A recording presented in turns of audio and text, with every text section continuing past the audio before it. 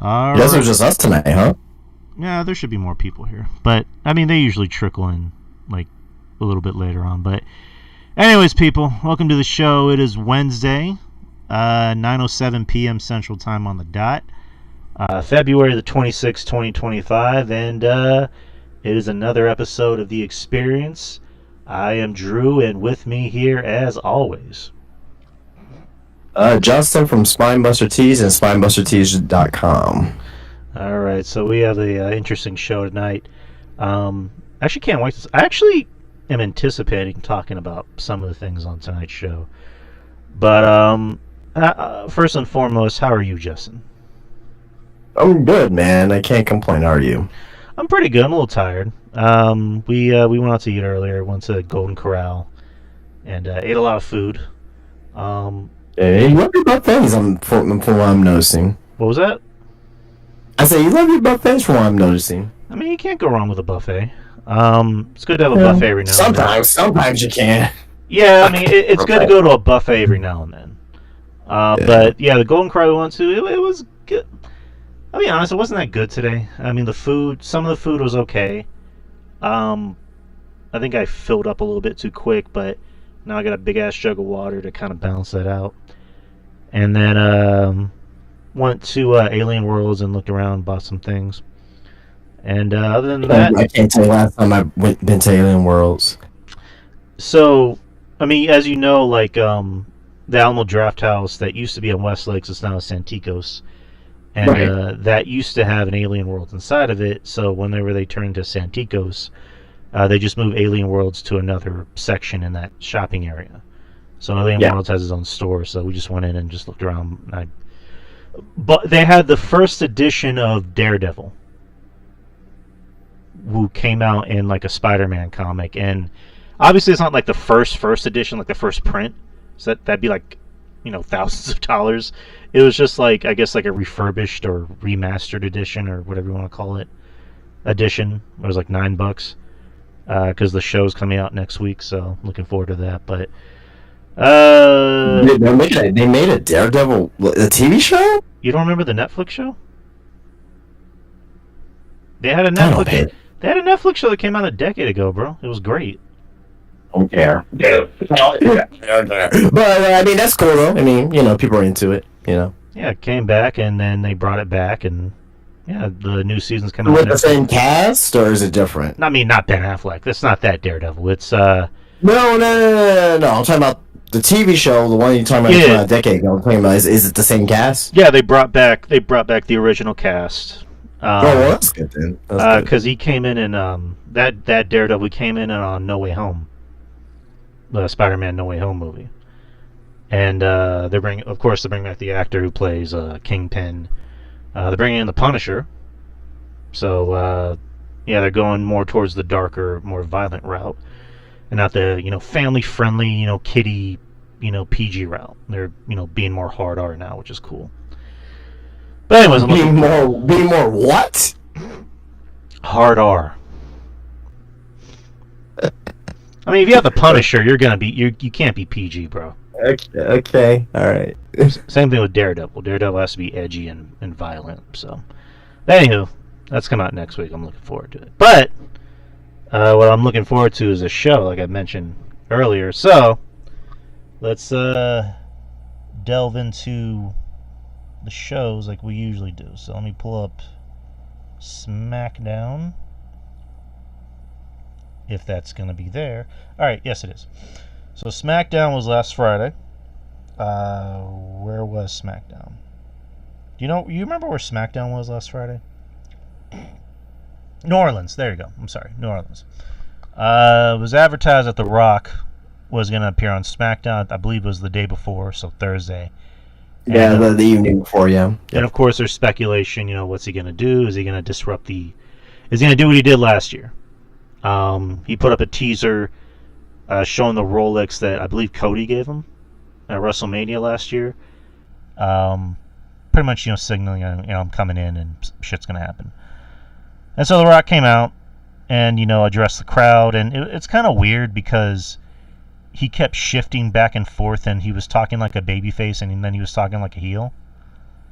He announced that WrestleMania next year will be in New Orleans, so cool. But then all of a sudden he just became a heel, and that was just, I don't know, it was kind of off-putting. Then he brings out Cody Rhodes because he wants to talk to Cody Rhodes. Earlier in the night, originally, Cody Rhodes was supposed to be in a tag match. He was supposed to be in the main event with Damian Priest and Braun Strowman versus the Bloodline. But Nick Aldis told him, The Rock has pulled you from that tag match because he wants to talk to you.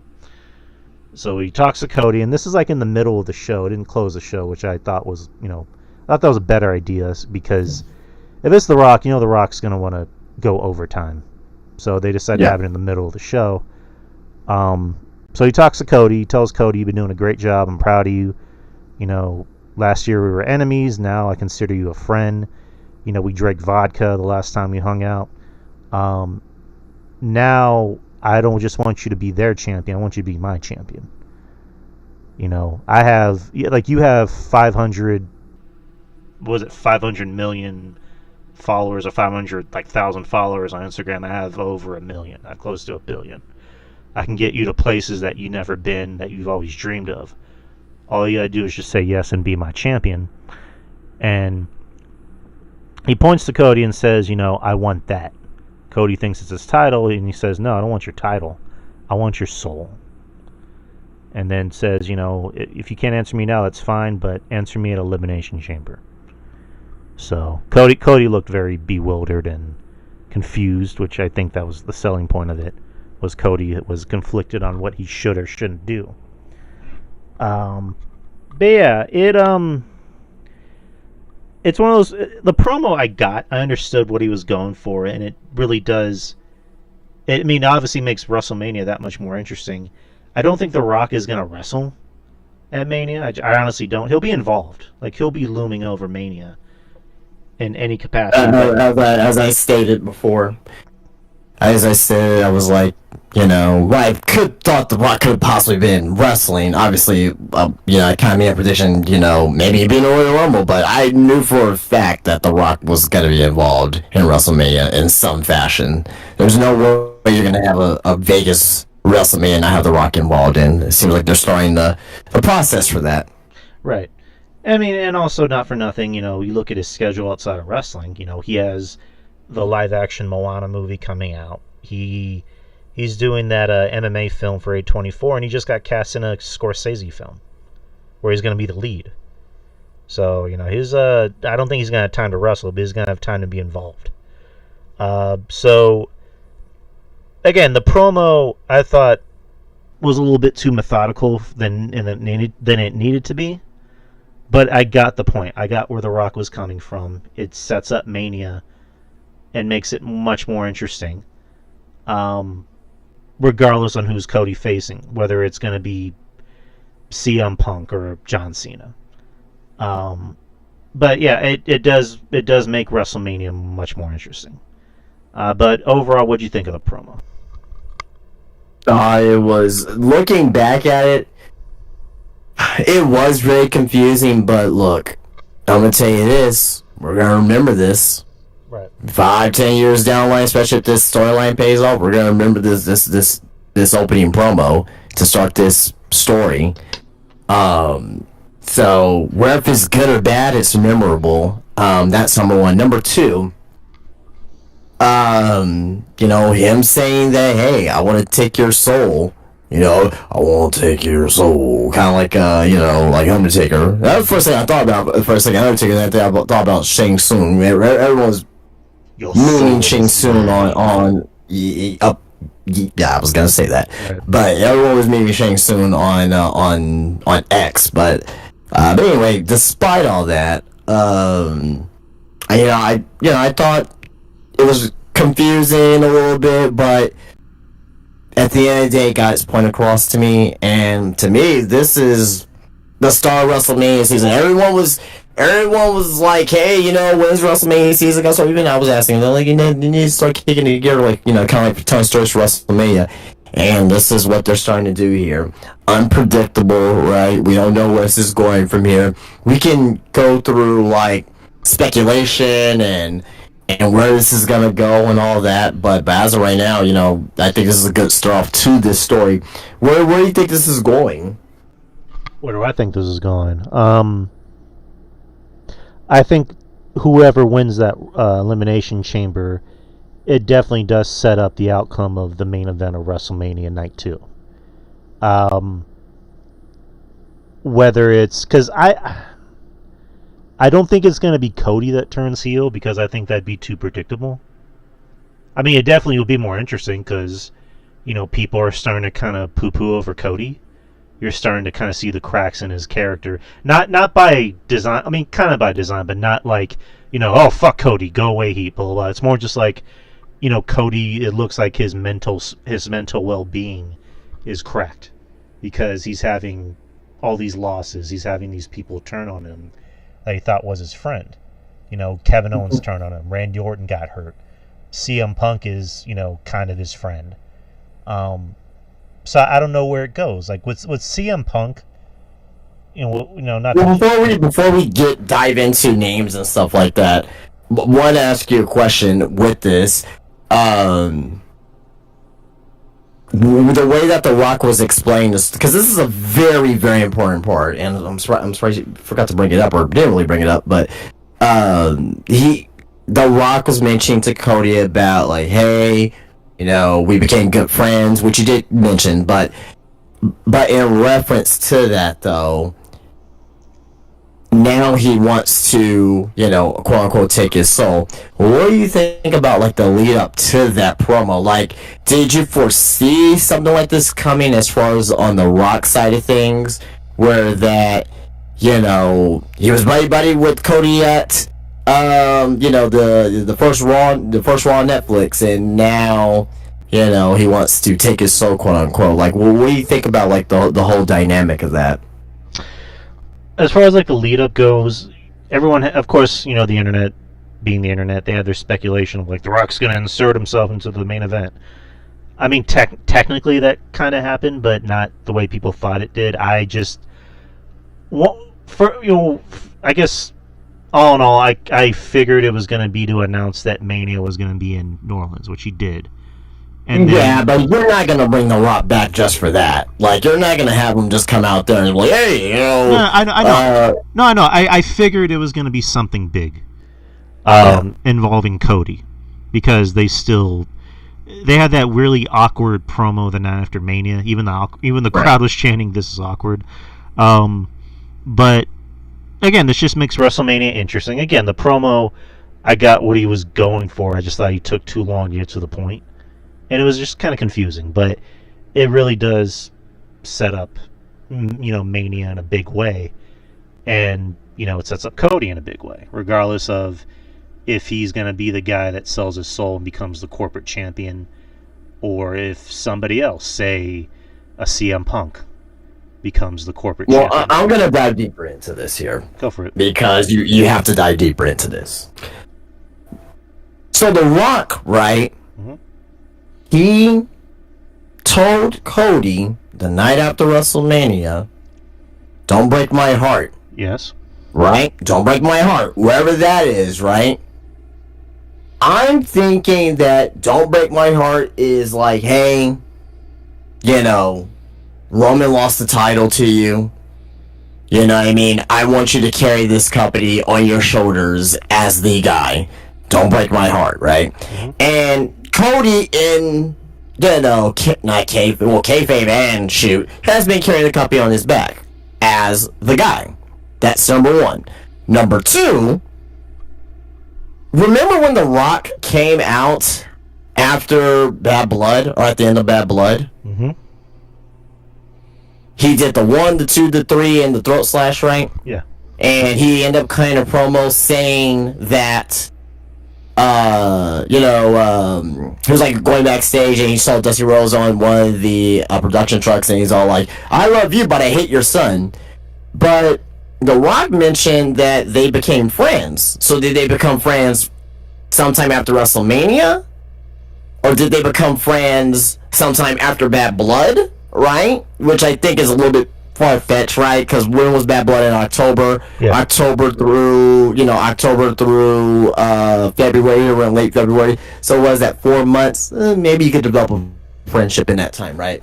So that's another thing too. But also on top of all of that, there, right? He came out the night after, not night after, but the first Netflix show, right? Came out, you know what I mean? Became very baby face, right? With Cody, right? So, pretty much buried the hatchet, right? And a lot of people were asking why.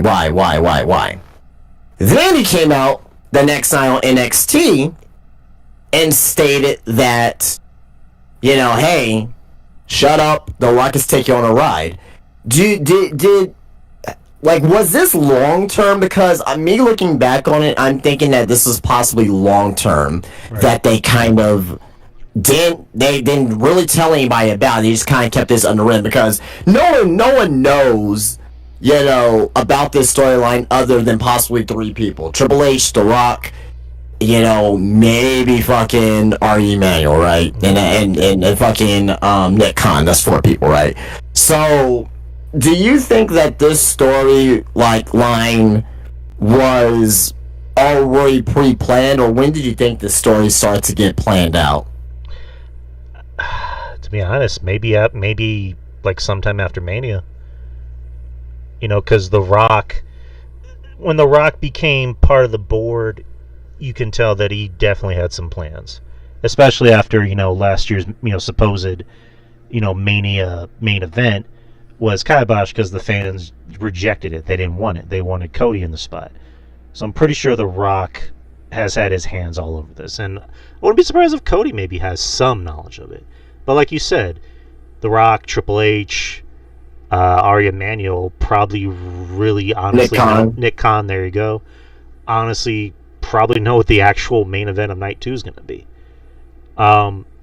As far as long term, ever since The Rock became the final boss, his promos have just been very methodical, and sometimes not in a good way, to the point where it just sounds like he thinks he's being a lot more smarter than he actually is. I don't know, maybe that was his audition for a Scorsese movie, but it's just he talks in these cryptic riddles, and it's a little confusing as to what he's saying, and more than likely we're going to find out soon enough. But it is weird that NXT. I to be honest, I think it was just the night after WrestleMania and this promo that was a little bit more confusing. I think everything else was clear and cut what he was saying. That NXT promo was weird though, him flubbing up his promos and saying F this and F that and then apologizing. But this, you understood what he was saying though. Right, but again, my point is this on Friday. It was what are we doing? Get to the point. You know what I mean? Right, exactly. But to me, it's a mix of. It seems like they want to go long term with this, but there are times where it just feels like it's storytelling that takes very long. Right. To me. Also, as well, I'll throw on top of it the people saying that this does not make any sense. Why Cody and The Rock, or why The Rock is now starting to become heel again. If you gotta think in pro wrestling, they became friends, right? The Rock was very evil to him the night after WrestleMania. Then in the between that they became friends, right? And by the time that January show came for Netflix, they were already friends, right? They were drinking tequila together. Mm-hmm. Do you not think that The Rock is trying to gain Cody's trust, and now he's asking for his soul, and that's why Cody's conflicted? Because that's the first thing I thought about immediately. Yeah, I also think. I'm sorry to cut you off, but I also think going back to the night after Mania when he said "Don't break my heart," that could play into this Saturday. And we'll get to predictions, but The Rock and Cody are supposed to meet up this Saturday and discuss is Cody ready to sell his soul to Dwayne? And I think obviously Cody's going to say no, and then The Rock's going to. That's going to factor into how The Rock feels and what happens. The Rock's going to say, Cody, you broke my heart. Well, no. Well, yes, that's true. But another reason why The Rock said, don't break my heart? Because he teamed up with Roman. Hmm. He teamed up with Roman Reigns, and The Rock was already tired of Roman Reigns. We still don't have a follow-up to that. I mean, that could happen pretty soon. You know what? I don't want to. There's a lot of stuff I want to bring up later, but I'll kind of bait the audience here to stick around. But there's a lot of scenarios that we can talk about, and but we'll do that once we get to the predictions. Right, because as far as the predictions goes, there's one thing I do want to say for the predictions, but I'll leave it for the predictions. Shout out to Ruben Prime. He's here in the chat. He's saying there's so many layers to this, but for the rest of SmackDown, we'll just run through it real quick. Drew McIntyre versus Jimmy Uso. Jimmy Uso beat him with a roll-up. Drew McIntyre said he got his knee drained before the match. Can I say this real quick? SmackDown was fucking terrible. Yeah. Fucking terrible. It was one of the worst SmackDowns in the last, 7-8 years. It was awful. Agreed. Terrible show. Agreed. It was just... SmackDown has no identity.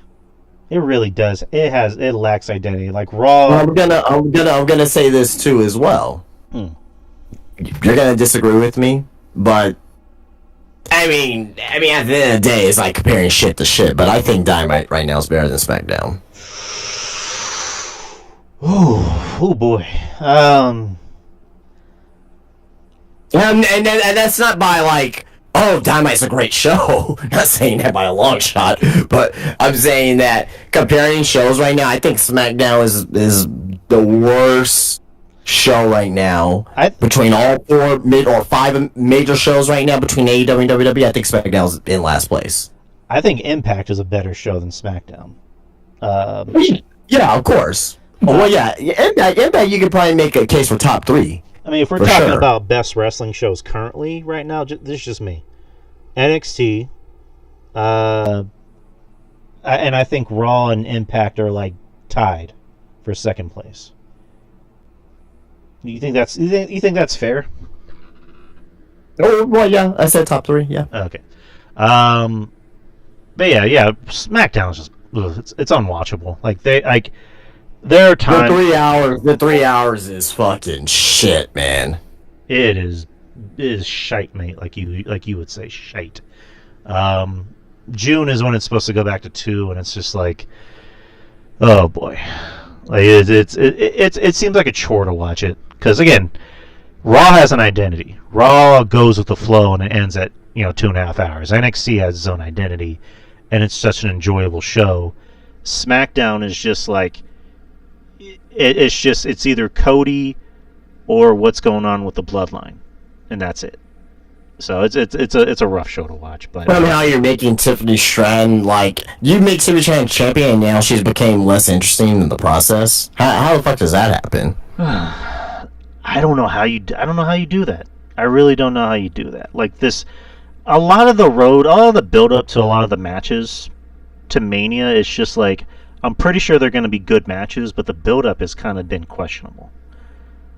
Charlotte and Tiffany is going to be a good match, but the build-up... I mean, there's still time, right? I mean, we still got 2 months to go, but just as of right now, it's looking pretty, I won't say grim, but, it's not looking great right now, for sure. No. I mean, if you go to... same thing on Raw. Jay and Gunther, that's another month and a half. And Gunther is working overtime to try and get this program over. And I don't want this to turn into a me shitting on Jey Uso thing. Because again, they're already doing it already, but let's hear it. I mean, Gunther has his identity, and Gunther's been doing a great job as a heel and shit talking the crowd. I thought he did a good job on Monday. His match with Tozawa, that was a jobber match, but that was a fucking great match. That was really fucking enjoyable. And to me, it's just I don't know if it's just me that noticed this. Even when Jay's music hit, the crowd wasn't as enthusiastic as they usually have been. I didn't see that. I have no idea what you're listening to. Then again, Cincinnati was kind of bleh. New Orleans was shit. I think both were shit, because even Cincinnati on Tuesday, they were kind of tepid at best. But we'll get to that when we get to it. What else happened on SmackDown? The Miz and Carmelo Hayes versus R-Truth and LA Knight. R-Truth referred to LA Knight as Louisiana Knight. Carmelo Hayes got the win for his team by pinning R-Truth. Tiffany Stratton versus Candice LeRae was a competitive match, which I don't know why. Nothing against Candice LeRae, but let's just call a spade a spade. She's a lackey. It should not have been a match as long as it was or competitive as it was. It should have just been Tiffany beating her ass, getting the win, and then getting beat up by Nia after the match. That should have been the match. Then we already talked about The Rock and Cody Rhodes. DIY versus Pretty Deadly didn't really mean anything because Street Profits came out and disrupted the match. And then the main event was Damian Priest and Braun Strowman versus Jacob Fatu and Solo Sikoa. Priest and Strowman won. Fun tag team main event. So that was about it. And dissension between Jacob and Solo. So. Oh yeah. As soon as Solo says "I hate you," or not Solo, Jacob. As soon as Jacob says "I hate you," Solo, the whole place is going to go nuts. Yeah. That's going to get a big reaction. Monday Night Raw was in Cincinnati, Ohio. The show opened with Logan Paul coming out and talking shit to the crowd. Or no, not Logan Paul. Was it CM Punk that came out first or Logan Paul? I think it was Logan Paul. Okay, Logan Paul came out. CM Punk came out. And I thought that was a really good promo. I thought it was really, really good. CM Punk, told Logan Paul, I don't hate you or dislike you. To be honest, I don't even think about you at all.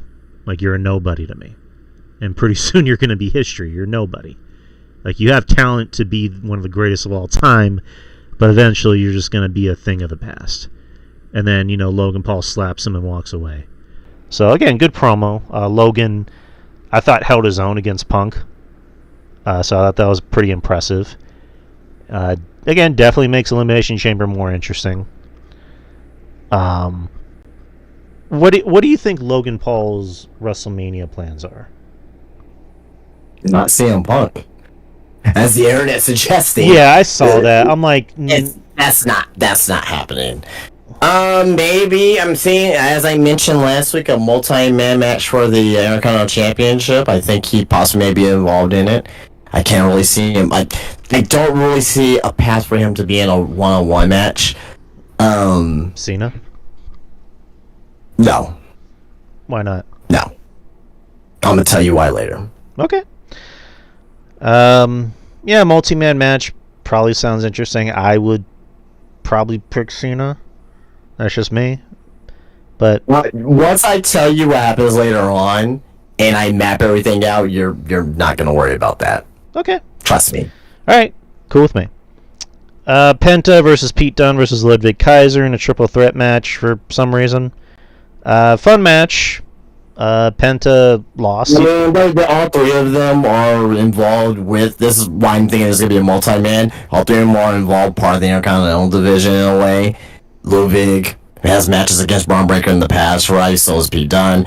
Penta had a backstage interaction with Braun Breaker, so I just think that this is going to just furlong, the possibility of a multi-man match at WrestleMania. I'd rather just see Braun have a match and just build up a program. Like, I don't know, Braun versus Penta, I think would be great. Braun versus AJ, but it's probably just going to be a multi-man match. So I'll be cool. I'll be good with that. We'll see. But yeah, this is fine for what it was. Kaiser got the win. Penta lost, but he didn't get pinned. So there we go. What happened for the rest of the show? Yeah, LWO versus New Day. The whole New Day thing. It's one of those things I need to shit or get off the pot with it, because it's just like, okay, are we going to start building up to possibly Big E coming back? Which I think they are. Not at this point. At this point, it's not happening. Not for WrestleMania. I don't know. Again, I think they would already have him come back for the Royal Rumble and all that stuff. I think the Big E thing's dead at this point, in my opinion. I may be wrong, but in my opinion, I think it coincides with Ray, because they beat up Ray and they took him out.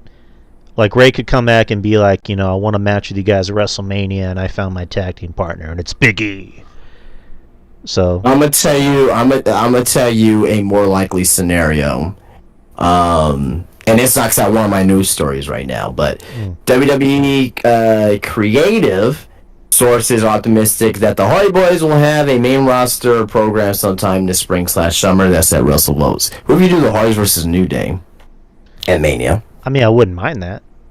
I wouldn't mind. I mean, I love the Hardys. I mean, if they came out at Mania, that'd be fucking awesome. So, I don't know. I mean, there's history there. There's history there. Right, exactly. So, wouldn't mind that at all. Yeah, again, New Day, they're doing a good job as heels. Again, this coincides with what I said about the crowd. The Cincinnati crowd was not good on Monday. I'd put on Twitter, like, did they not have the audio up, or is the crowd just dead? Because the crowd just seemed like they were not interested, or that maybe that's just how Cincinnati wrestling crowds are.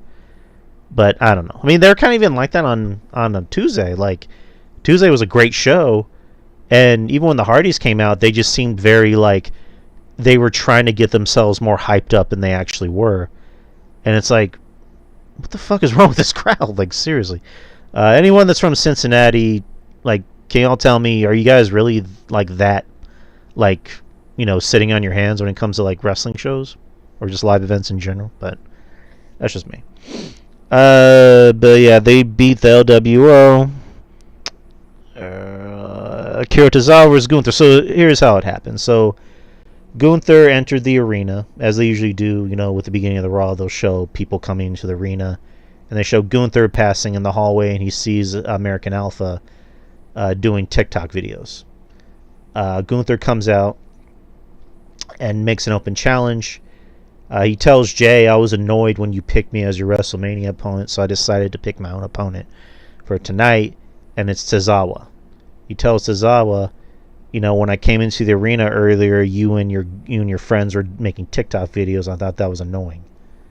So if you can beat me, you'll get my respect. And I think the match was like, 5 minutes?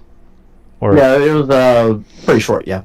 And again, a 5-minute match, I don't know if I'll call it a squash match, but it was a 5-minute match. No, he got offense in. He got a near fall. Like, no way that was a squash match. And it was the best match of the night for a 5-minute wrestling match that you knew Tozawa had no chance in hell winning. But Gunther allowed him to get a lot of offense in. I thought maybe he maybe gave him one move too many. But I thought it was a great match. I thought it was entertaining. I thought it told a story. It got Tozawa over. I mean, the people already like Tozawa. And Gunther he knows how to be a heel. He knows how to get the crowd riled up. He knows how to make a babyface, mean something. But yeah, that was a match that was more entertaining than it should have been. But you know what I would have done? Huh. And I'd probably be in the minority with this. I would have had Tozawa beat Gunther with the assistance of Jay. Had Jay come out there, distract Gunther, right?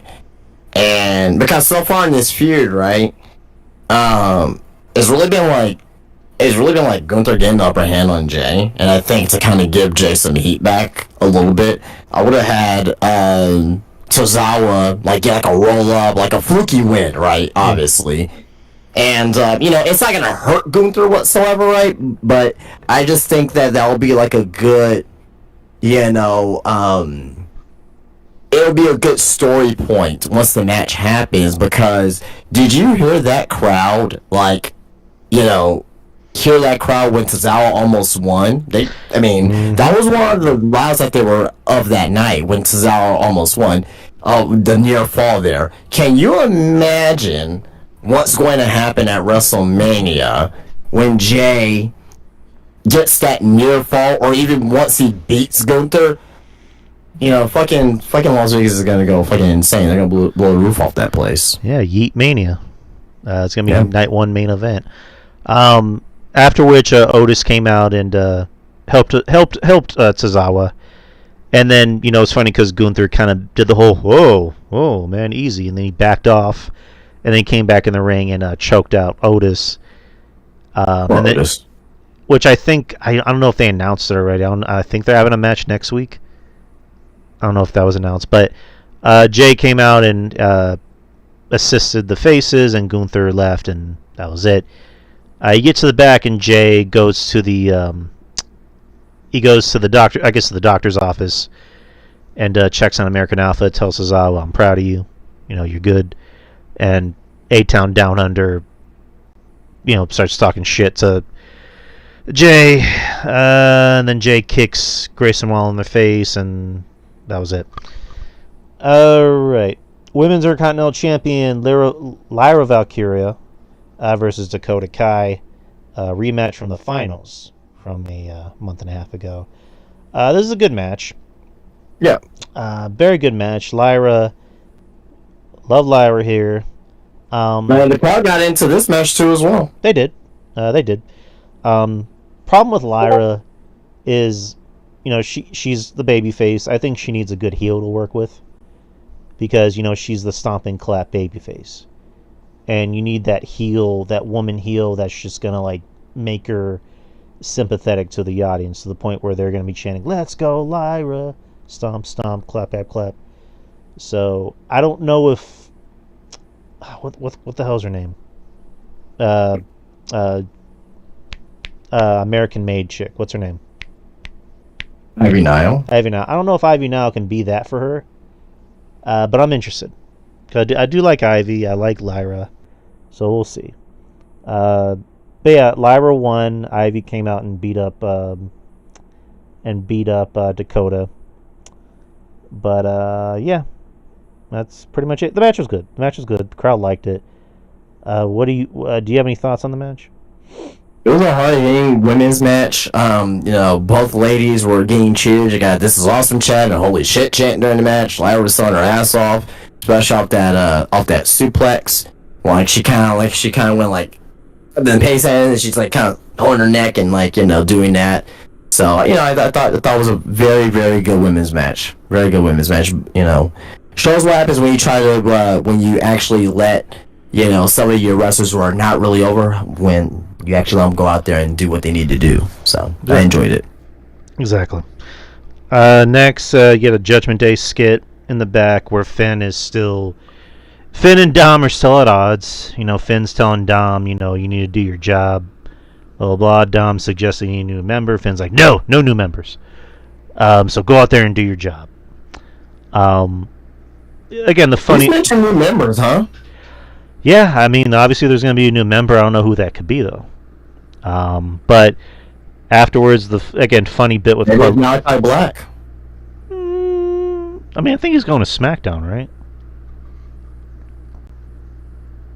Who else you could think that could be the new member that's realistic? Now fit the group of the Judgment Day. Yeah, but the thing is, the Judgment Day isn't really the Judgment Day anymore. They're not... They're still good. They're still called the Judgment Day, though. Yeah, but they're not what they were, a year and a half ago. They're not, of course not. Or they're like a borderline comedy group now, But... Right, they're not being the spooky, dark group. And I don't know if... I think... But that's why you bring in someone like Alistair to make them, a threat again. I don't know. Well, we'll see. Again, I'm happy to see Alistair come back. But again, funny part in the in that segment, as they're leaving, Carlito sees an apple and just says, "Ooh, yellow." I don't know. Carlito has the easiest job in the WWE right now, and it's funny because he just looks so jacked and in much better shape than everybody else in the company, mostly everyone in the company. But I don't know. Yeah, I just thought that was funny. The fact that a yellow apple just made his day. But yeah, Dominic Mysterio versus Braun Breaker. For the most part, this is a fun match to watch.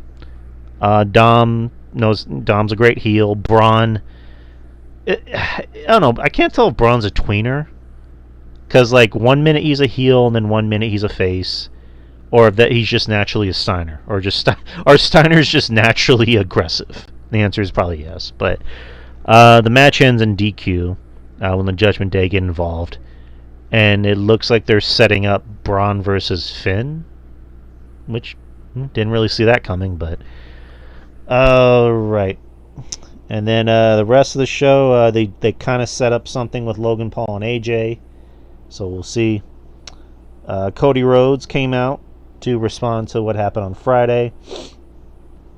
Seth Rollins came out wearing a raincoat for some reason to kind of address what Cody was going to... I guess he looked good. Yeah.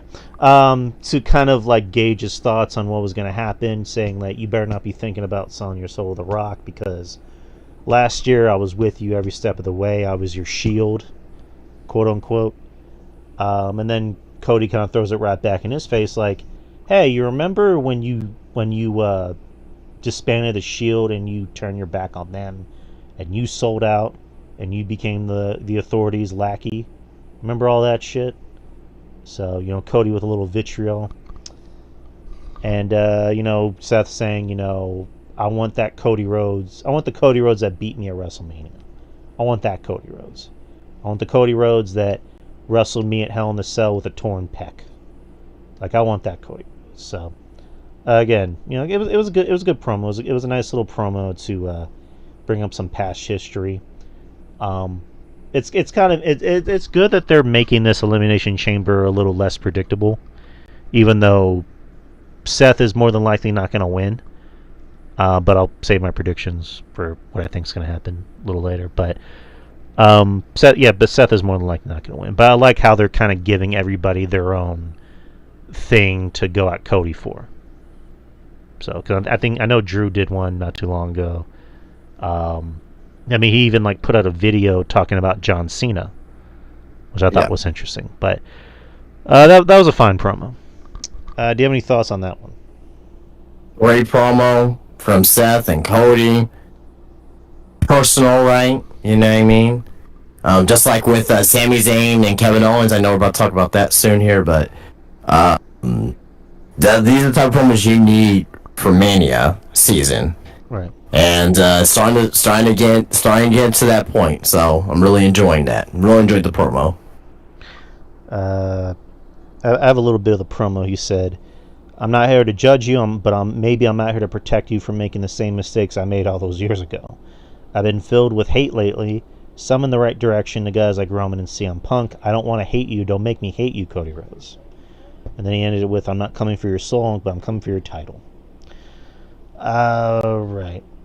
And then the Sami Zayn promo setting up for this Saturday, where last Friday Kevin Owens was filming his vignettes like he usually does, and he was standing outside of Sami Zayn's house, watching him with his family, his wife and son, and saying, By the way, that was the best thing on SmackDown too. Oh yeah. A very stated show, but that was the best thing on SmackDown. Like Kevin, in tears, saying, I hate you for making me do this. Like, why are you making me do this? The fact that, I have to put you out of your misery, essentially, and your son has to see that, you're going to make me hate you. Like, pretty much, look what you made me do, like doing all that shit. So I thought that was good. On Monday, Sami Zayn admitted that he actually went to Kevin Owens' parents' house to...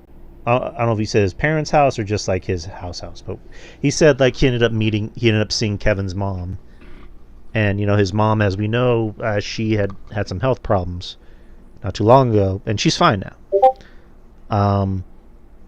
And he contemplated going in the house and trying to fight Kevin, and then his mom came out and they talked for a little bit, and he's just like, what am I doing?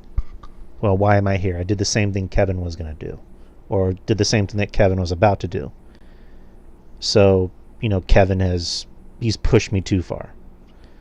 But again, it was a good promo. I was going to say something, then I forgot. Anyways, what'd you think about the promo? Fantastic, man. I love it, man. I really want these guys to main event. And I believe they should. Hopefully they do. For Elimination Chamber, man. This is type of match that you want to see. They're gonna be in Toronto, in front of their home country, and they're gonna pull on a hell of a story, man. The Sami Zayn, man, like, despite what you think about him, or if you're kind of sour on him, whatever, man, like, damn, man, he's up there as one of the best storytellers Yeah. in wrestling right now. Everything that he says in his promos is like, it's very human, and not too many people can have a promo like that, like Sami Zayn. So, great stuff. He just makes everything work, because everything out of his mouth sounds like something a human being would say. He's kind of like, I guess, a modern day Mick Foley, as in he's the everyman. He's a likable guy. I mean, keep him as a babyface, please. Kevin Owens, I think, works better as a heel. If I had to pick between one of them as far as like who I guess means more to the show, I would have to say Sammy, because Sammy just adds something positive to anything he does.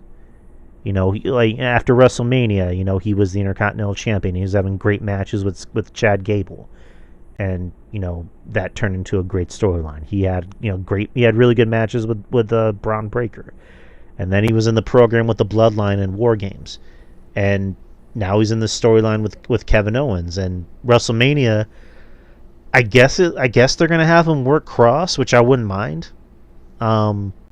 Because I like Cross, and I want Cross to have a big moment, even though that's kind of becoming a, hey, shit or get off the pot with him already, because he's interesting, but he hasn't really done anything yet. But if you have Cross and Sammy, that'd be fun. That'd be good for Cross.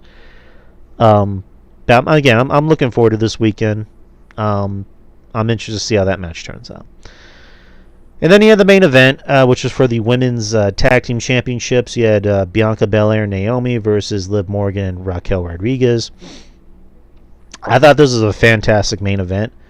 I thought this might have been the best women's tag team championship match I've seen since, I guess, for WWE standards. For the WWE women's tag team championships, this is probably the best match I've seen them have. And Liv is somebody that I think could possibly be in consideration for most improved as far as a character standpoint, and also wrestling. Liv, I've been high on for a while, because I've always said, like, people want to compare Liv and Alexa Bliss, partially because they're really, well, in a sense where I never heard that. In a sense where it's like, oh, two cute blonde girls that look good in shorts. It's like, okay, Liv Morgan, I've always gotten the impression of that she tries. That she wants to try and break the mold and break that stereotype of, I'm the cute blonde girl that looks good in shorts. Like, she's always gone out there and tried to, get down and dirty in the ring and do crazy shit, do crazy stunts, and actually have good wrestling matches. Whereas Alexa Bliss just seems like she's an actress pretending to be a wrestler. So, and she's openly admitted that she wants to be an entertainer, that she just wants to be an actress, and that's fine. And I got no problem with Alexa Bliss. She's popular, she sells merch, but again, Liv Morgan, I think, is much, much, much, much, much better than Alexa Bliss in the ring, and a better character too. Like, she gets it. She's even gotten better on promos, like when she goes out there and does her like overly exaggerated laugh, which I think is her actual laugh. The ha ha ha ha. And just how she talks when she talks in the ring, it just like, when she talks, it just sounds like it's her talking. Like Absolutely. Like she's being that annoying, condescending, girl from from New Jersey. So she's doing a great job.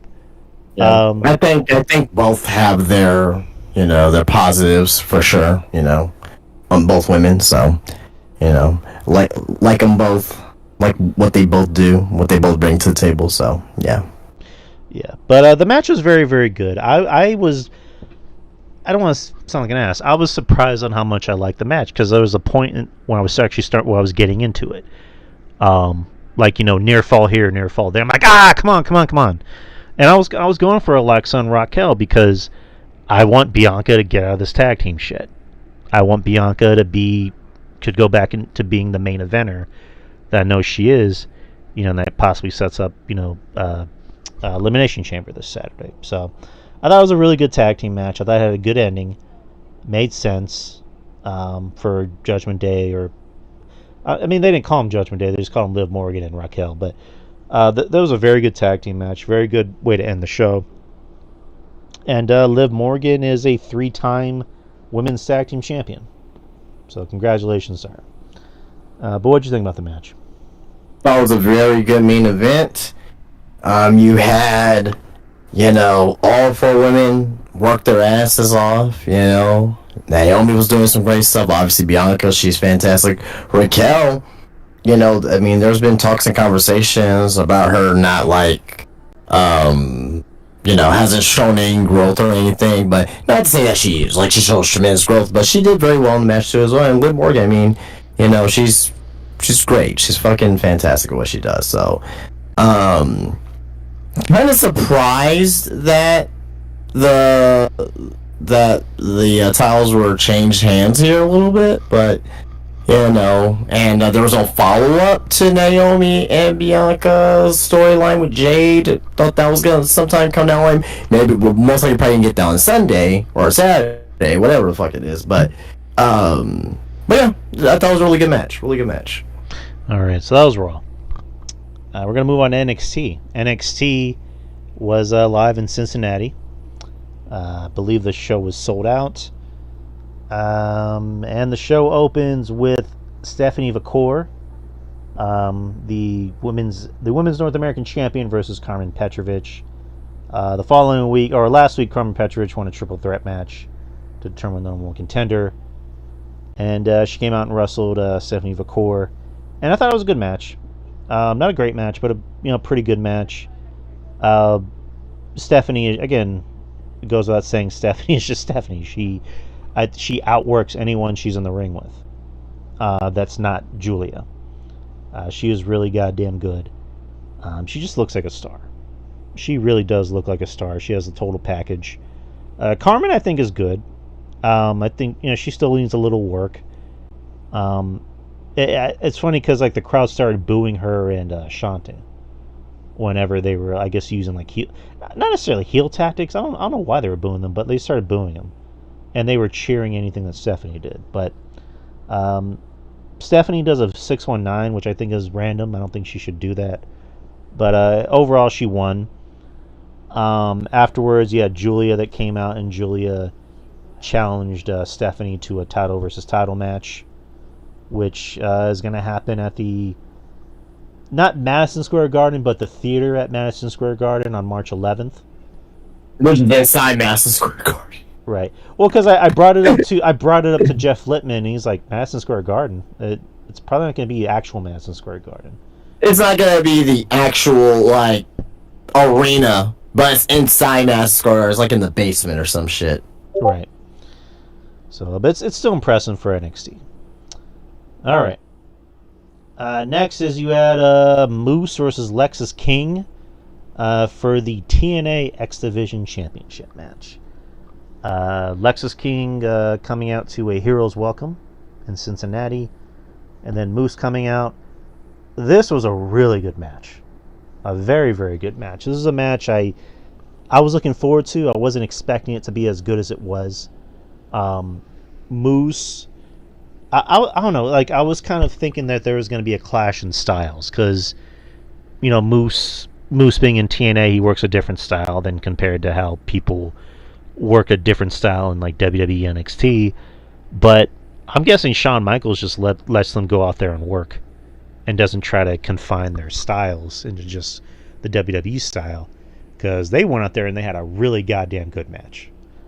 Moose being this big guy, and then Lexis King kind of, I guess, being more of a hybrid-ish wrestler. They were able to make it work. And again, there were some good near falls. It looked like, for a second, you're like, are they going to let King have it? No. And again, you knew King wasn't going to win, but that's the magic of wrestling, is the match is so good that you might even think it could go either way. But Moose ended up getting the win, and he looked great. And Lexis King, I think has done a great job at standing out on the show. Yeah. When he came back, or not came back, when he came into NXT, you weren't sure what was going to happen with him because they were building up as like, he doesn't want to be just remembered as Pillman Jr. And then for a while he kind of got lost in the shuffle, and then started doing that. I'm going to be a babyface and do things by the book, for the Heritage Cup, and then he becomes a heel again, which worked. So I thought this was a fantastic fucking match. Afterwards, Obafemi came out and made the challenge to Moose for the New York show, which is going to be for the NXT title, or is it for the X Division title? Anyone in the chat? I believe it's for the X Division. I believe. Okay. Or I believe it's out for title.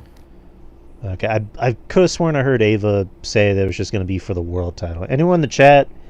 I think it's out for title. I think. Okay, it'll come to me. But this is a fantastic match. What did you think about the match? Oh, it's for the X Division Championship. I'm sorry, for the NXT Championship. Never mind. I'm sorry. Say that again. What did you think about the match? Oh, good match. Okay. Yeah. Steve J. Cole is saying it's just the NXT title. All right. Yeah, I just said that. Yeah. All right. So that'll happen on March 11th. And then next is you had No Quarter Catch Crew versus the Hardy Boys. The Hardy Boys came back to WWE and got a big reaction. And I was happy. I was grinning from ear to ear because I love the Hardy Boys. I mean, the fucking Hardy Boys, they better get a big reaction. Yeah, I love the Hardy Boys. Again, I'm more of a Jeff fan, but I was happy to see the Hardy Boys back on WWE television. Like I mentioned, the crowd was kind of weird. They still got a reaction, but it felt like the crowd was trying to hype themselves up. I don't know. I don't know if it's Cincinnati. If anyone can answer, like, what is up with Cincinnati crowds? That's weird. But this was fun. Vic Joseph with the line of like, that was so loud, even Miles heard it. And you hear Corey Graves go, "You're disgusting," and then Booker T going, "Tell me you didn't just say that." that was funny. That was funny as fuck. But this is a fun match. This is a very fun tag team match. No Quarter Catch Crew, I think, is very. I think they're a team that I think could get very. They're gonna have a promising future. Yeah, they should be in the running for the tag team titles sometime this year for sure. Agreed. The Hardys are good. Tavion Heights is really good, and fucking Miles Bourne is like he's basically impersonating Randy. So. To which the crowd is chanting, "You're not Randy." I like him. He's good. I can also appreciate the fact that he's self-aware, and he'll even make fun of his the fact that he's deaf. He had that bit with Ren and Charlie, where Charlie's saying something and Ren's going, "Huh?" And Miles goes, "You can't hear him either?" Like that was funny. But the Hardys won. The Hardys look good out there. Jeff looked good. It looked like he was taking fewer risks. Even though there was one spot where he did the whisper in the wind outside of the ring, and I just kind of went, ooh. But he looked good out there. He was fine. Matt looked good too. They got the win. Fraxium came out and they made the challenge. Santino Marella came back. He came out as soon as his music hit. The place went nuts, and he looked like he was getting choked up. Before he could talk, and he said, at the what the fuck, New York show. It's gonna be for the TNA, the TNA Tag Team Championships, the Hardys versus Fraxium. So awesome. Sorry, I'm coughing. What'd you think about the match? Really, really good match. You got the Hardy Boys out there, right? This TNA partnership's so fucking cool because it's like it feels like the Hardy Boys are like, again, part of the, and I think they're gonna probably use them part of the WWE roster, but they're not being paid by WWE. Like, that's like the fucking best thing you can do. They already have merch. Just plug and play them. Just plug and play them there. Boom. You know what I mean? So awesome shit. Like, they already have merch on the website, which is nuts. So, and then again, like you mentioned, there's talk of them possibly being used on, the main roster. They got, speaking of merch, the Hardy Boys. Do you know that the Hardy Boys got merchandise between 4 companies right now? That's fucking nuts. They got current merchandise available, new merchandise between 4 companies: WWE, TNA, AEW as far as action figures is concerned, and if you want to count Ring of Honor too, because they just got some new Ring of Honor figures that just dropped today, actually. 1 out of 3,000, I believe. So, yeah. I mean, it's Hardy Boys in 2025, man. Like, still, like, is the Hardy Boys the most over tag team of all time? I know people love the Road Warriors and stuff, but I mean, I think that, like, the Road Warriors has not lasted as long as the Hardys. I think the Hardys are probably definitely the most over tag team of all time. I 100% agree. I agree. Like, the Hardys, they get a reaction anywhere they go. As soon as that music hits, that dun dun dun dun dun dun dun dun dun dun, they're gonna get it. And before that was just used as like stock theme music or whatever it was. That just became the Hardy Boys theme. You know what I mean? I remember hearing that on. You remember, like, when HBO used to do, like, the making of, so and so, of, like, the making of movies. That came out in the making of an Arnold Schwarzenegger movie, and I don't remember which one it was, but I just remember hearing that and going, "The Hardy Boys." So that Hardcore Holly's theme, the down down down down down, like, that was just stock music. And that's kind of like Chicago Bulls theme. The dun dun dun dun dun. Yeah. Like during the Michael Jordan days or whatnot. That's Alan Parsons song, right? But people know it as the Chicago Blues theme. So yeah. But I love that theme. But yeah, again, love the Hardys. So I guess we'll move on. Lola Vice wrestled Ariana Grace. Lola Vice wanted to be on the show, but they didn't have room for her, so she challenged Ariana Grace. It was a very quick match.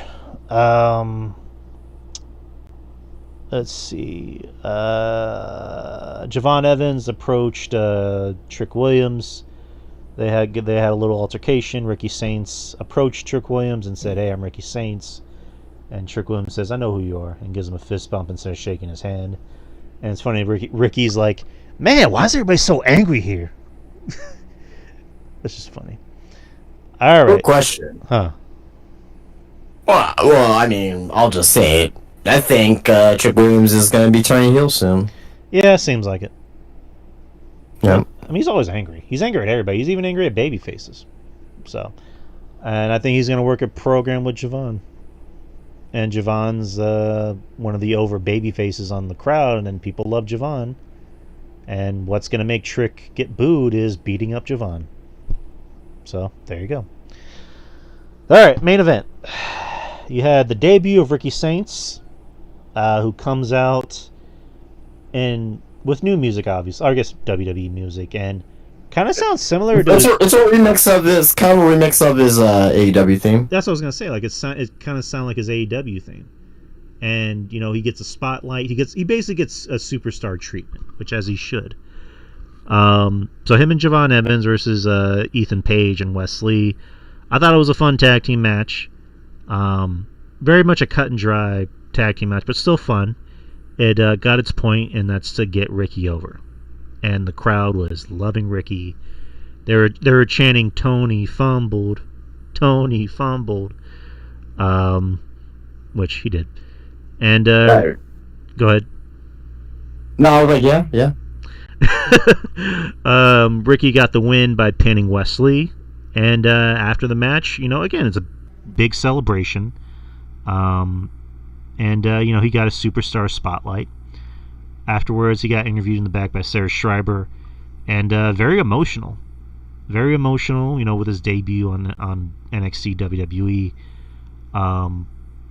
Very kind of I don't want to say surprising. It's just like it's one thing you didn't expect, but he got emotional. It's gonna be emotional because this guy's been through a lot.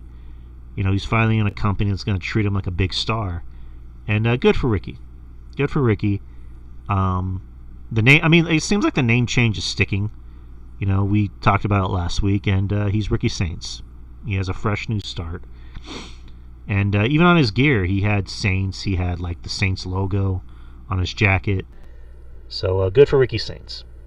What do you think his ceiling's gonna be in this run in WWE? I think he'll obviously go after Intercontinental or U.S. title. I think he's good enough to be a world champion. I can see him main eventing a pay-per-view.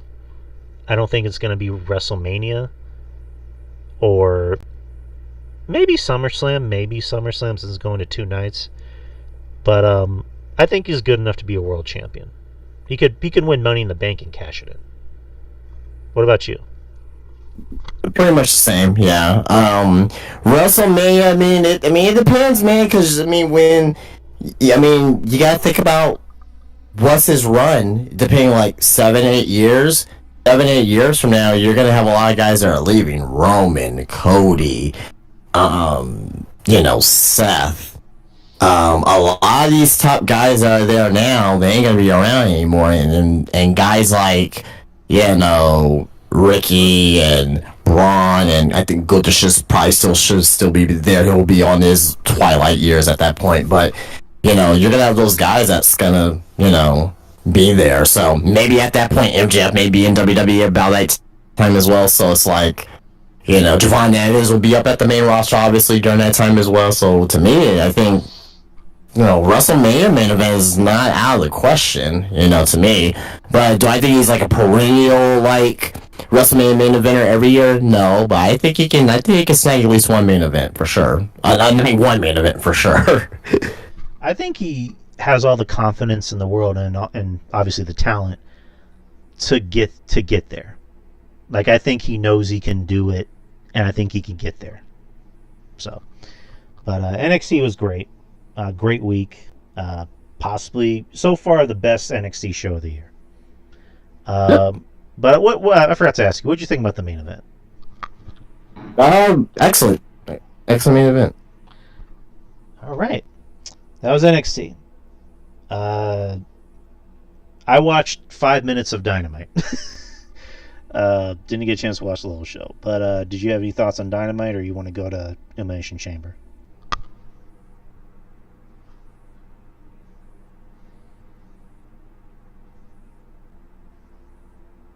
You drinking that water kind of answers my question. All right. So let's go to Elimination Chamber. Elimination Chamber will be this Saturday. Great idea. March 1st, 2025, at the Rogers Centre in Toronto, Ontario, Canada. Let's see. So far, there's 4 matches, which I think that's kind of going to be the way it is. No, the Rock and Cody'S is going 30 minutes, so yeah. It's basically like a 5th match. Yeah. Tiffany Stratton and Trish Stratus versus Nia Jax and Candice LeRae in a tag team match. Well, the babyfaces. Yeah, the babyfaces. You're not going to bring Trish Stratus back to Toronto and have her lose, especially with Tiffany. So. Yeah, but should be. Whatever with this match view, Charlotte's gonna be there and she's gonna do some bullshit, so I don't know. Alright. Maybe she cost Tiffany. I don't fucking know. Maybe I'm going the heels, fuck it. Yeah, I'm gonna go with the baby faces. Sami Zayn and Kevin Owens in an unsanctioned match. This should be the main event of the show. I don't care what no one says. This should be the main event. I don't care what The Rock and Cody has to say. I do, obviously. But what I'm saying is, you need to have a match to end the show. this should be the match that should end the show. This is an unsanctioned match, a lights out match, and typically those matches do end the shows. You're gonna get everything that you want in this match, as far as pro wrestling is concerned. And we may see some more Ring of Honor type shit in here as well, which I can definitely dig. But with that being said, I will go with Kevin Owens for the win. I'm gonna go with Kevin Owens as well. Do you see Randy Orton coming out?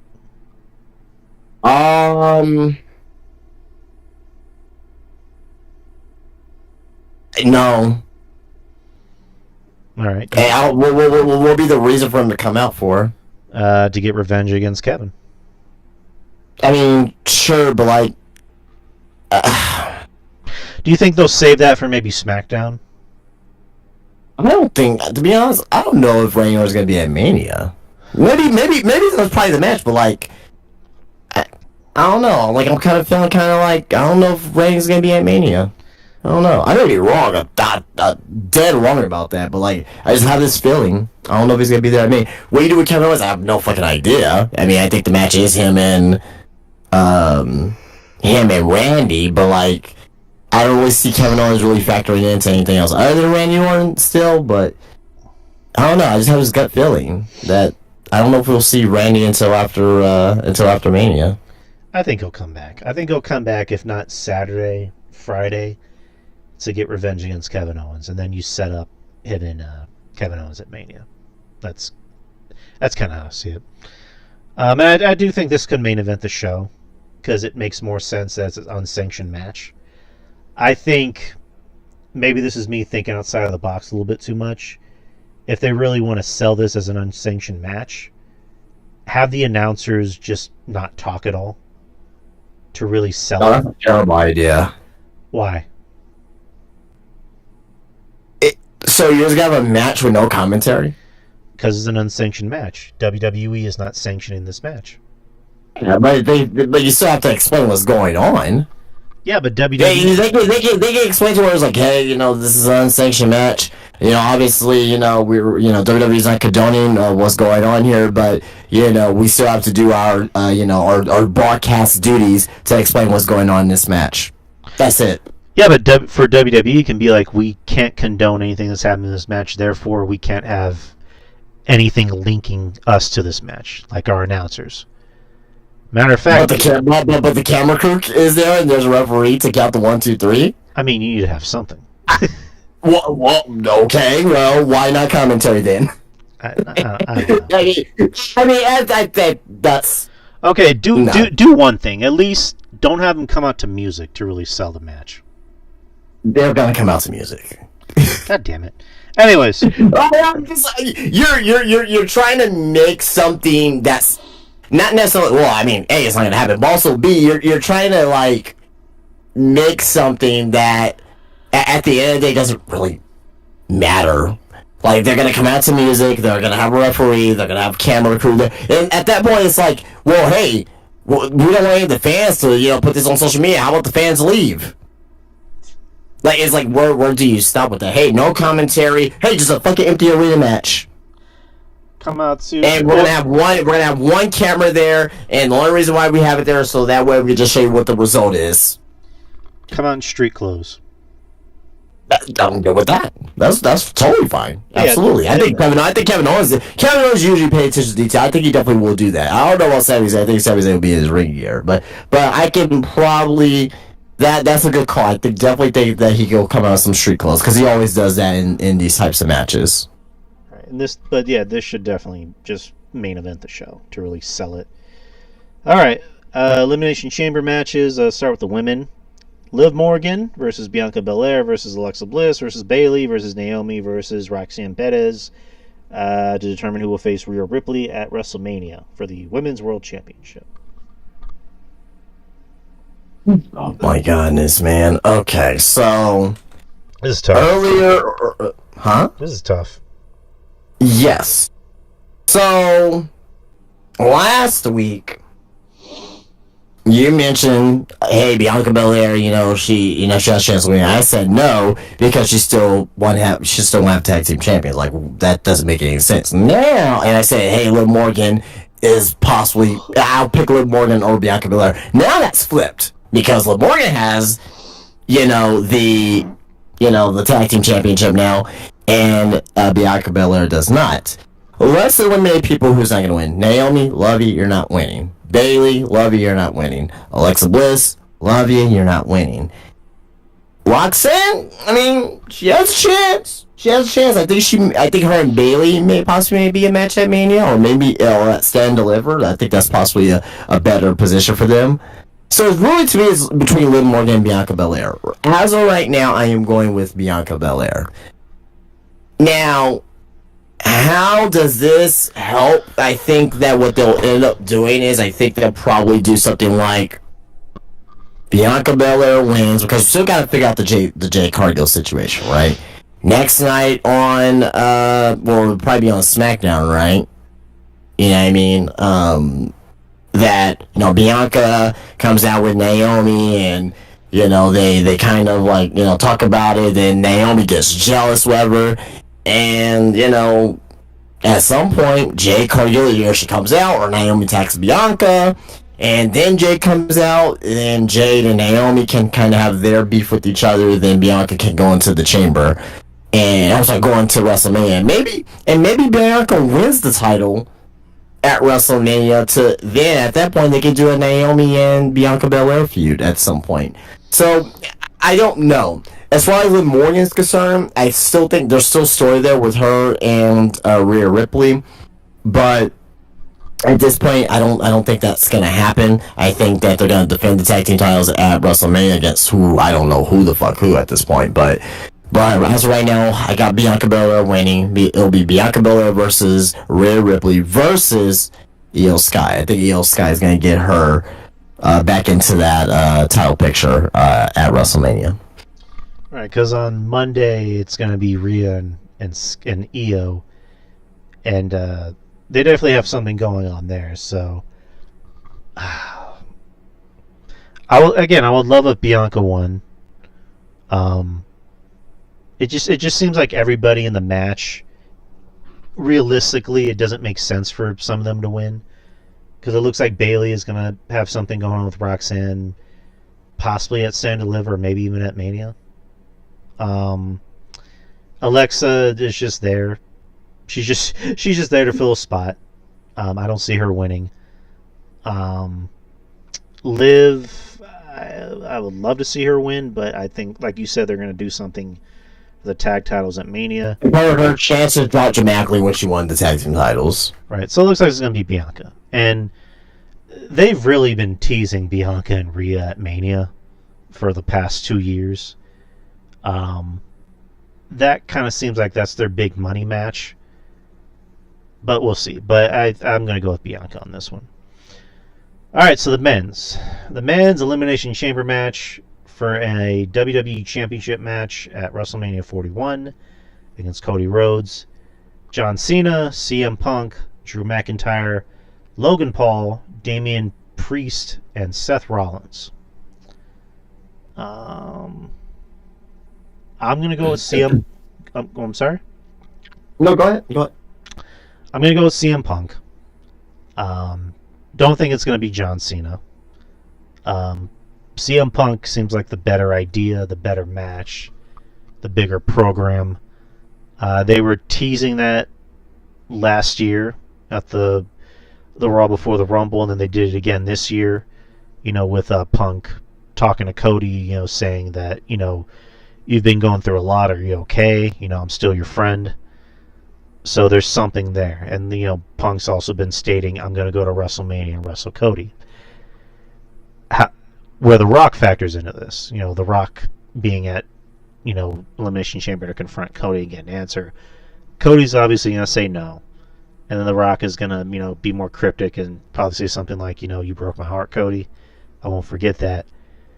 Then that's where the main event of Mania with Punk and Cody comes in. Where they're going to have a great match. And there's going to be a fuck finish. More than likely, ending with Punk turning on Cody, maybe like kicking him in the balls, and then that's when he reveals that he sold his soul to The Rock. to really make it perfect is the very next night on Raw, Punk kind of gives a reiteration of that promo he gave in Ring of Honor, where he, said that ever famous story of, a man finds a scorpion, injured, and then he heals it, back to life, and the scorpion stings him, and the guy says, why'd you do that? I took care of you. I loved you. And the scorpion, says, you stupid idiot. I'm a scorpion. What'd you think was going to happen? And, the greatest the greatest trick that the devil ever pulled was making people he didn't exist. I'm the devil incarnate. He can do a reiteration of that. Is, I've been telling everybody for the past 2 years that I'm the devil. What'd you think was going to happen? See? Sells itself. But what do you think? What do you think about this match? All right. Well, I'm gonna say this before I get into my whole thing. I agree with you. I believe that it will be CM Punk versus Cody Rhodes at WrestleMania Night 2 main event. I 100% agree with you there. But that's not how it's gonna get there. I'm gonna tell you exactly what's gonna happen. Okay? Before we do that, let's just go over who, outside of CM Punk, right? Chances of these guys possibly being the one that sells their soul to The Rock. Let's go over some names here. Damian Priest. No, he's not going to. Logan Paul. He's already a piece of shit, so that wouldn't make any sense. No. He's already a corporate stooge, right? Seth Rollins. No. No, Seth Rollins, you don't think he has that, that motivation to do that? I think in storyline purposes, he hates Roman so much. Why is he going to side with his cousin? Who knows? Again, as I mentioned earlier, he hates his cousin so much, right? He hates Roman, so does The Rock. Well, we may think that, right? And he already did the corporate stooge spot before. So. Well, no, we're going to mention that too. Just argument's sake, I don't think it's going to be Rollins. I really don't think it's going to be Rollins. Just argument's sake. Yeah. Drew McIntyre. I mean, bias purposes, I think Drew should get something better at Mania than whatever he does end up getting. But I would love to see it happen. But it's one of those things that it'd be too obvious. You think it'd be too obvious? I mean, Drew's already a heel. Yeah, but what would make it obvious though? No one right now is thinking that Drew McIntyre could be the one to sell his soul. I think if you're going for somebody selling their soul, it needs to be somebody that the fans aren't going to see. With Drew McIntyre, and also not for nothing, Drew McIntyre did that video with The Rock where he's like pounding. I was gonna mention that. There you go. I was gonna mention that. Yeah. Mm-hmm. Yeah. I was gonna mention that. And also as well, remember the January 6th show on Netflix, right? He was talking to The Rock, and The Rock said, "I'll take care of it." Mm-hmm. What was that? I guess we'll find out. I don't know. Maybe. I don't think I got Drew McIntyre as in third place right now, right? Cody Rhodes. I think that would be big. Because I think if you want to do something that's like a la Hulk Hogan becoming a heel at Bash in the Beach, and also they've been teasing a lot of Cody, going Homelander mode, and finally, embracing his heel side. And Cody, I mean, for a little bit, he was a heel whenever he was in New Japan and Ring of Honor and blah, blah, blah. And then he became a face. It's one of those things of, like, he's WWE's golden boy. I don't think, even in this current climate of WWE with Triple H, running the show, I don't think they're going to have the balls to do that. If they do, it's going to be fucking huge. But I don't know. Yeah. With Cody, I don't. It's not gonna happen. He's not gonna sell soul to The Rock. He makes too much money for the company right now. He's, this generation's John Cena. I don't see that happening. So, Right. speaking of John Cena, Oh boy, I think that ship has sailed. I think if they wanted him to be a heel, they would have done it a decade ago. I think again that would make waves, but again, John Cena is also a movie star. They're not gonna have him be a heel and then sell a movie where he's like. well, they big did that goofy with dude. Batista. When did they do that? He was heel for WrestleMania 30. I mean, was he really though? Yes, he was heel. I don't know. I mean, he wasn't really selling a movie at the time though. I mean, wasn't Guardians of the Galaxy during that time frame? Like the first one or second one? What Mania was that? 2019. Oh, well, that one too. Shit, yeah. The one with Triple H, yeah. No, Yeah. I'm talking about WrestleMania 30. WrestleMania 30. Oh no, he wasn't selling a movie. That actually was before he left, and then he went to go promote Guardians of the Galaxy, the first Guardians of the Galaxy. But he was last heel in the company. Yeah, but he was heel, and during that time frame, and then he left, and then he came back, and then he was a heel, but he wasn't promoting anything at the time. Right, well, whatever. Regardless, though. Remember you remember the John Cena interview at Royal Rumble? A little bit. The press scrum? Yeah, right. When he said, me being world champion is what's best for business. Very heel-like. Uh-huh. Also, as well, he has not won a singles match in what, like 7 years? 8 years? Do you think this is reeks of desperation? This is his last year, and do you think that there's a possibility that he's like, man, it's my fucking last year. I want to break this record, right? I want to do anything I can to do it. John Cena sells his soul. Again, it's one of those things that it would have been interesting when Cena was more available. Whereas, his retirement tour so far is just him being announced for matches at pay-per-view events. He hasn't...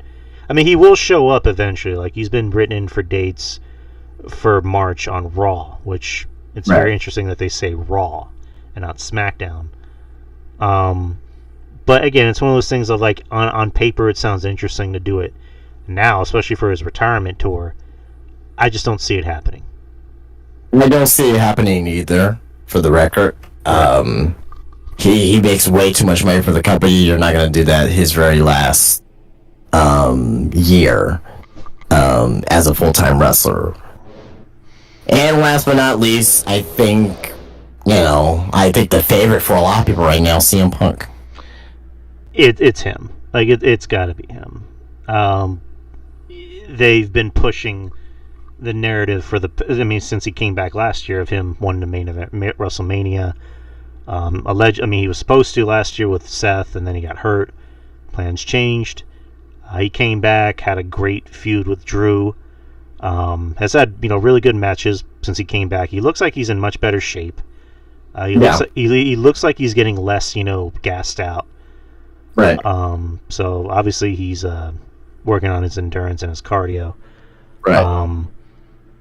And I just found out apparently he doesn't have hair plugs. He just literally has some, I guess hair, not a scrunchie, but I don't know what you call it, a headband that you put under your hair to poof it up a little bit. But that's not here nor there. That's not here nor there. I have no idea. I don't even pay attention to that. But I don't care. But Punk's been working his ass off since he came back.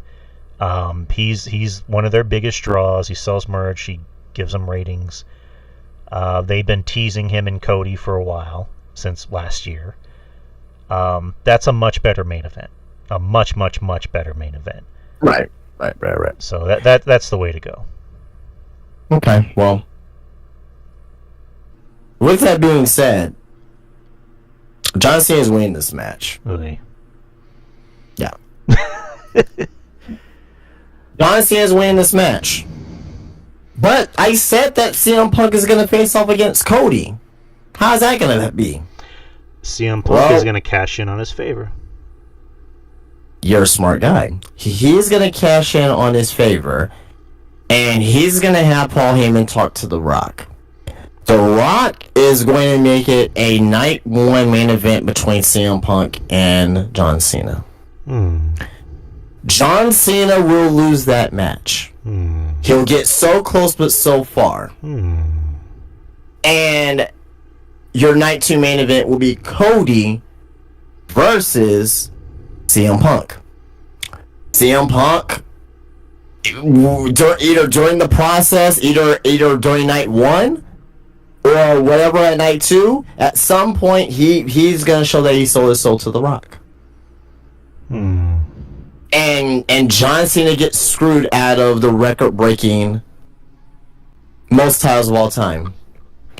CM Punk leaves WrestleMania as the WWE champion. Remember, CM Punk says, "I'm not gonna stab you in the back. I'm gonna stab you from the front." He's not here to make friends. He's here to make money. I think there's a lot of truth to that one. What we're gonna see at WrestleMania. CM Punk is gonna have. We're gonna have the next Summer of Punk. CM Punk is gonna win the WWE Championship. He's gonna hold that title up until WrestleMania. Up until SummerSlam, where he has a rematch against John Cena. And guess what? John Cena wins to get revenge back from WrestleMania Night 1. You screw me over. John Cena ends up holding it until, I don't know, maybe Survivor Series, not Survivor Series, his very last match. How about this? His very last match in the last week of December, and he's gonna lose that title to Randy Orton in his final match. And you're gonna have Randy Orton take that title all the way to WrestleMania as a vindictive heel like he was in 2009 against Cody fucking Rhodes. Fucking pay me. I like your ideas. It's like That's why you're not gonna have John Cena versus fucking Logan Paul. Like, fuck that match. I'd much rather have this story being told to set up the whole fucking next year coming up. Like, it's bigger than fucking Logan Paul and John Cena. You gotta set up the fucking 2026. You gotta set up WrestleMania, 42. You know what I mean? I think that's what's gonna be CM Punk's cash in on that favor. He's not gonna win the Elimination Chamber. He's gonna screw over Cena. I'm gonna give you. You know what? That's scenario 1. I'm gonna give you scenario 2. You ready for scenario 2 here? Tell me. So, let's say Punk does win the Chamber. Cena, let's say we get Cena versus Logan, right? I prefer the first scenario, but I'm gonna give you scenario 2. CM Punk wins the Chamber. He cashes in his favor because he's not gonna sell himself. He's not gonna sell himself out, right? To The Rock. You know what his favor is? Because he's not gonna sell himself out to The Rock. He's gonna get Roman Reigns to face off against The Rock at WrestleMania Night 1. That'll be your Night 1 main event. And your Night 2 main event can be Cody versus CM Punk. The first idea is much better. Well, I know, because you don't like The Rock, and you just don't want him to have that match. Also, because it doesn't make any sense. Why does that make any sense? I want to cash in my favor so Roman Reigns can face The Rock. That doesn't. Why would he do that? So he can get The Rock out of the way. You don't think The Rock could be in the way of what could be going on between, Cody and The Rock? That's a possibility. I mean, he's still going to be in the way because he's technically an owner of the company. In a kayfabe sense, if Roman eliminates The Rock, right, and incapacitates him, right, whatever match that they do, they can tell a story to where that, okay, well, Roman's out the way. Now, the only other thing that's a little muddy, I would admit, is that who's going to sell their soul to The Rock? Maybe it's Cody. Maybe Cody ends up selling them soul, sells his soul to The Rock, right? And Cody just becomes fucking mega heel. I don't.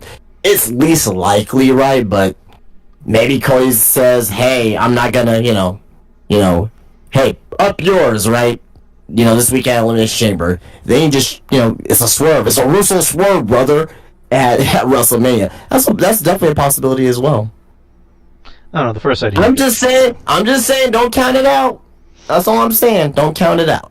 I'm gonna. Not saying that I want to happen. Not saying that it's going to happen. I'm just saying, don't count it out. As I mentioned before, I said The Rock is going to be involved at WrestleMania somehow, some way, and I'm right at this point. I'm just saying, don't count it out. I'm not saying I want it. I don't want it to happen. I don't want it to happen. I'm just saying, don't count it out. That's it. I'm telling you I'm telling you what I think is going to happen, not what I want to happen. There's a lot of things I want to happen. What I want to happen won't be, to me it probably won't be a great WrestleMania. I'm telling you what I think is going to happen. That's completely different. All right, but we'll see this Saturday at Elimination Chamber. All right. Do you have any news? I do, yes, sir. I have one, two. I had 3 news stories. I think I only got 2 here. Let me double check. Okay, I think it's just 2. Okay, so 2 news stories here. Oh no, 3. I got 3. My bad. So first one here. This one came out a couple hours ago. Future stars of wrestling. Right? Why are we talking about that? Future stars of wrestling. And where are they located at? I think they're located in Vegas. Yeah, they're located in Vegas. We like Chris Bay, right? We love Chris Bay. He's, obviously he's going through a lot of stuff right now with his injuries, and he recently started walking again, trying to walk again or whatnot. So they're having a show for him, which is called a Mecca Benefit for Bay. Mm-hmm. And you got a lot of wrestlers that is being that's gonna be at the show. Either wrestling, I'm pretty sure wrestling, but you got the likes of Trey Miguel, you got Brian Cage, the Machine Brian Cage, you got Swerve Strickland, and you got Karrion Kross. So it looks like you have a nice 3 promotion crossover here between WWE, AEW, and TNA for the benefit of Chris Bay. So, but apparently Karrion Kross will be appearing at the Benefit for Bay, and this will be his first indie appearance inside of a FSW ring in more than 3 years. So. Yeah, so very interesting. It's going to a great cause, obviously. So, that just came out a couple hours ago, right before we started the podcast here. But what do you think? You got Karrion Kross. You're gonna have Swerve Strickland. You're gonna have Trey Miguel and Brian Cage there. I think that's pretty cool. I think it's very classy of the wrestling community, more so the wrestlers. Putting something together to help Chris Bay out with his medical bills, and I like hearing stories like these. Like we hear stories 1,000 times of, everybody's mad at each other and there's heat, and someone said something that made a person mad and blah blah blah. It's like when you hear stories like these, it's like, can we hear more stories like these?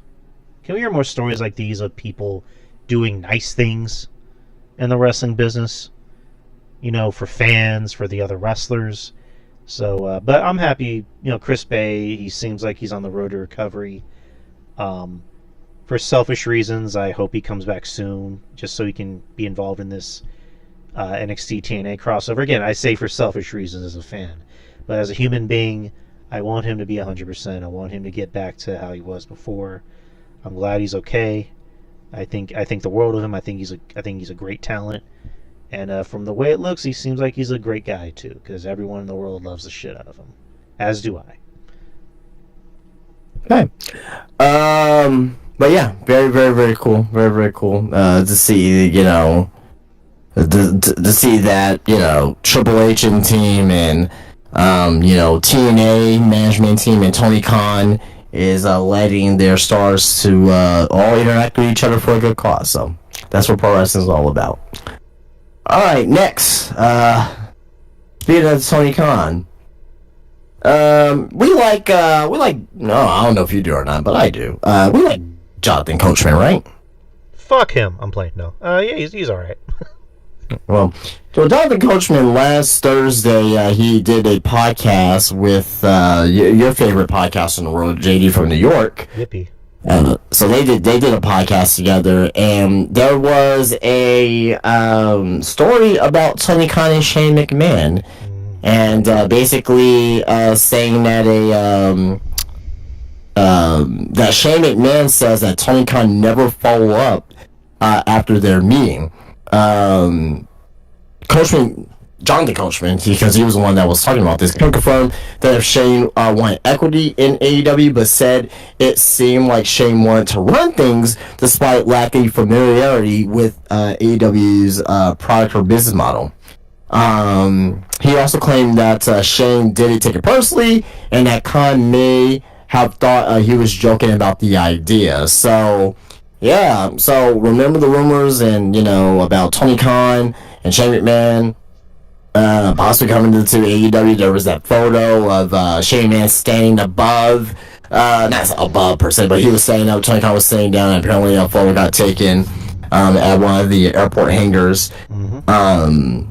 So yeah, what are your thoughts about this, that Tony Khan apparently ghosted, as the words has been going around, had Tony Khan ghosted Shane McMahon, and that Shane McMahon wanted, power and control within AEW? Sounds about right. Tony Khan will literally never let anyone run that company, whether it's booking, especially booking, other than him, because he thinks all of his ideas are good, and they're not, and they've proven to not be good at all. So the fact that he ghosted Shane McMahon, that just continues to show everybody the kind of person he is. Because I think it was you that said this when we brought it up like a year ago, where a McMahon is going to be the alpha anywhere that they go. Whether it's Shane, whether it's Stephanie, even Triple H, who's part of the McMahon family. Tony Khan is not an alpha. He's a beta. He is the textbook definition of a beta. Shane is not a beta. He is an alpha. McMahon's by nature are alphas. So he would have wanted control, whether it was full control or maybe like half of it. And Tony was not going to give that up to anybody, not even McMahon. Well, I disagree with you on this one, to say the least. Tony Khan should not be letting anyone get equity in this company. Give Shane creative control in some aspects, that's what fine. I mean. But, well, no, this is in reference to equity, like, hey, I want to own your company, some of your company. No. But even at that, too, right? Let's be honest with each other, right? Shane doesn't really have a great track record either. Right. So, I mean, and he's not really familiar with, he doesn't really have familiarity with the product. So, I think Tony Khan did the right thing in this situation. Like, hey, you want, and this is all hypothetical, right? We could be really overreacting to this, that, Shane wanted equity in the company and this, that, and the other, and that he ghosted him. I don't know, maybe Tony Khan probably Tony Khan and Shane probably didn't really follow up with each other, or have an expectation, like, hey, I'll call you in 2 weeks. Maybe it was just a meeting just to talk about, hey, if I were to come and join, what will look like type stuff. You know what I mean? So, but at the end of the day, though, I think Tony Khan made the right, I would not have had anyone come in with someone who does not know anything about my company or how we run things here automatically get control as far as like the business side of things. And Shane's a great hand as far as business is concerned. But like at the end of the day, too, it's like you gotta make a judgment decision there. Tony Khan, I mean, I've been harsh on over the last year or so, but I think this particular situation, I thought he made the right choice. All right. And last but not least, we didn't bring this up earlier. I don't know how because we're talking about NXT, but Julia's dealing with the injury issue. And there's a possible situation where she may drop the title to Sammy back here next week. So, or not next week, but during the roadblock. So, yeah, that's a possibility there. So, what do you think about that? Julia's injury. We don't know what the injury is or severity of it, but what how are you feeling?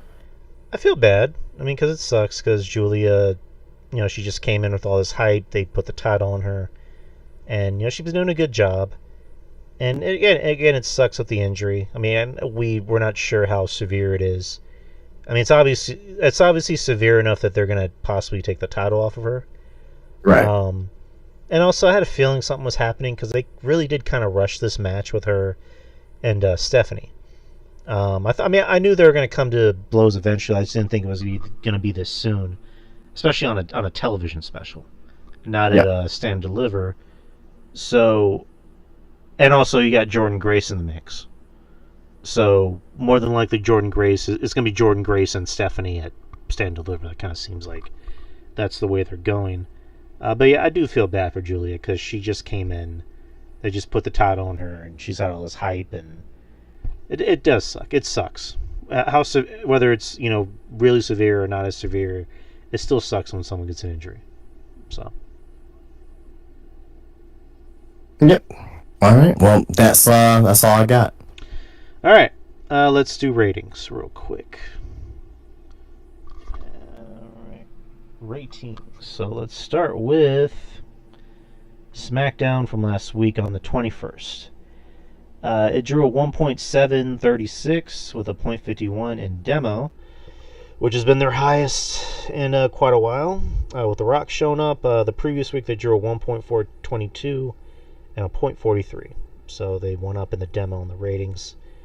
AEW Collision drew a 421 and a .12.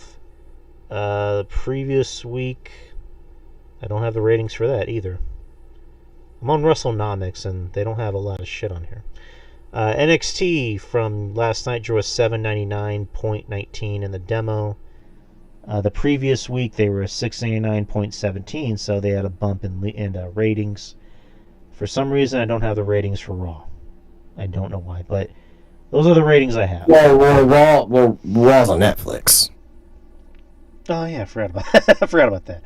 I don't have that. This day in wrestling history, February 26. 1967, Vern Gagne wins his 8th AEW World Heavyweight Championship with a win over Mad Dog Vachon. AEW? Oh, man. AEW? Goddamn. No, AWA. Okay. Kevin Castle's going to cuss me out for saying that. Vachon, Mad Dog. Shout out to Kevin Castle. Hope you're feeling better. Mad Dog Vachon in St. Paul, Minnesota. 1997. For the first time, WWF Monday Night Raw was taped in Europe at the event in Berlin, Germany.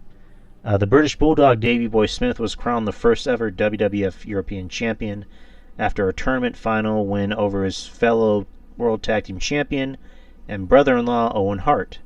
The final was a culmination of a tournament that took place over the course of a week-long tour of the country. The match was aired on TV in the USA on March 3rd. Apparently that was a really bad Raw, from what I heard. 2000 in Cincinnati, Ohio. Again, at a taping of ECW on TNN, Tommy Dreamer and Masato Tanaka snared the ECW Tag Team Championships from the Impact Players, Lance Storm and Chris Candido. 2002, at a SmackDown taping in Boston, Massachusetts, Goldust defeated Maven to win the WWF Hardcore Championship. 2007, on a live episode of Raw from Fresno, California, John Cena and Shawn Michaels defeated Rated RKO to win the World Tag Team Championships. 2010. Oh, man, I was going into Mania 23. Yep. 2010, WWE announces the mass release of a horde of talent, including Marina Kanellis, Gregory Helms, Charlie Haas, and Paul Burchill. 2011, Ring of Honor's 9th anniversary show took place at the Frontier Park Fieldhouse in Chicago, Illinois. The main event, Mark and Jay Briscoe fell to defeat at the hands of Shelton Benjamin and Charlie Haas. Earlier in the card, Roderick Strong defended the Ring of Honor World Championship against Homicide in a no-holds-barred match.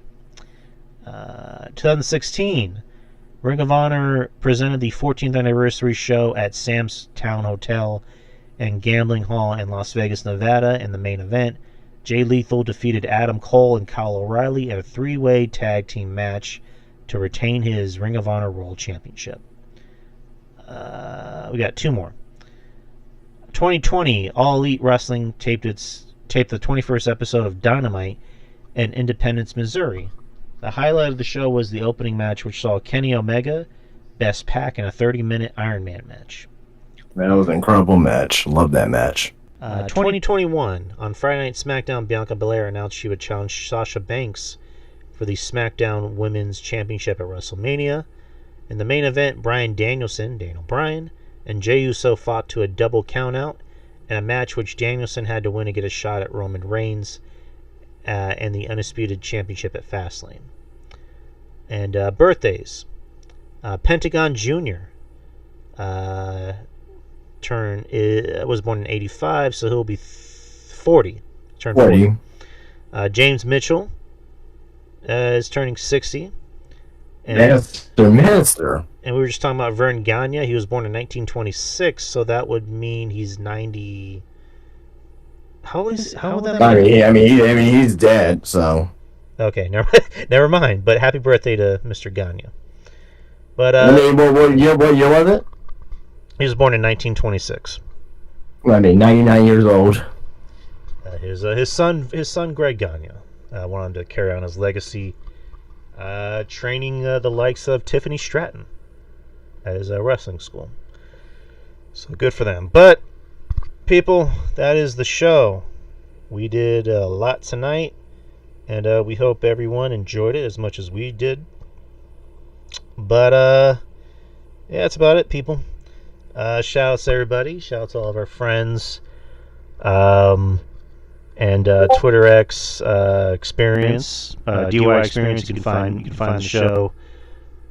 Twitch channel, of course. YouTube channel. Get those numbers up. We've had a few subscribers in the past week, so cool. And you can find the show. Well, you should shout out the subscribers when you have a chance. For some reason, YouTube won't let me see the subscribers. I don't know. Okay, you should get an email. Okay. Yeah, I mean, I do like, wherever your email is connected to, you'll typically get that. No, I do see the email. I seem to. It won't let me actually open up the list and see who subscribed, but. No, so when you get a subscriber, right? You typically should get an email. It should say such and such subscribe to you. Typically. All right. But shout out to them, and also the show you can find anywhere where podcasts are distributed. So Spotify, iTunes, Spreaker, and also YouTube as well. We're live every Wednesday at 9 p.m. Central Time. Usually maybe a few minutes after 9, so like 9:05, 9:07. So, but yeah, Justin, tell the people about Spinebuster Tees. You guys know where to find me, SpinebusterTees.com. Go ahead and check out the way the t-shirts available to you. Get those shipped out to you. Take about a week or so. And yeah, $20, $19.98 actually, to get it shipped out to you there to your home. Spinebuster Tees on Instagram. Follow me on there if you care to do so. We're getting close to 2,000 followers on Instagram. Thank you for all the supporters who have checked out the page and see everything that I have there. That's inside my shop, which is Spinebuster Tees at the Wonderland of the Americas, aka Crossroads Mall. You will find yourself coming into a wrestling paradise where you'll find yourself with t-shirts action figures, Funko Pops, lucha masks, socks, trading cards, autographs, everything that you'll find there at Spine Buster Tees at the Wonderland of the Americas. Spine Buster Tees on Instagram, IG, and spinebustertees.com. All right. We will be back same time, same channel, same time next week, as per usual. So, with that being said, we will see y'all next week. So be safe and enjoy Elimination Chamber this Saturday. So peace out, people. Peace.